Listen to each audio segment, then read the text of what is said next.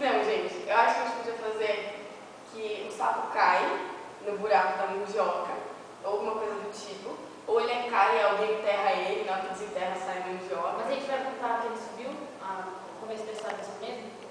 Ele pode subir pra lua pra ver o que. Como que eu subir pra lua? Aí não, a gente tem que colocar o urubu, ou alguma coisa assim. O urubu subiu pra lua. Tinha uma festa na lua, sabe? Gente, tinha uma festa no céu. Também não dá na história do sapo. Pode ser, mas não o urubu indo pra lua. Lógico que sim. E se ele sobe pra ir pro céu, ele pode subir pra ir pra lua, né? Tá, mas vamos mudar o animal. Tá, mas aí, ó, a festa no céu foi na lua, só aí os animais que voam. Aí o sapo Como que chama aquele pássaro, pelicano? Que tem um negócio aqui, ó. É um bico e tem um pavo, assim. Eu comi, sabe? No céu. Não, essa lua de sapo ficar aqui. Dá pra ficar com água aqui. Só que tem que contar mais a Vitória Régia.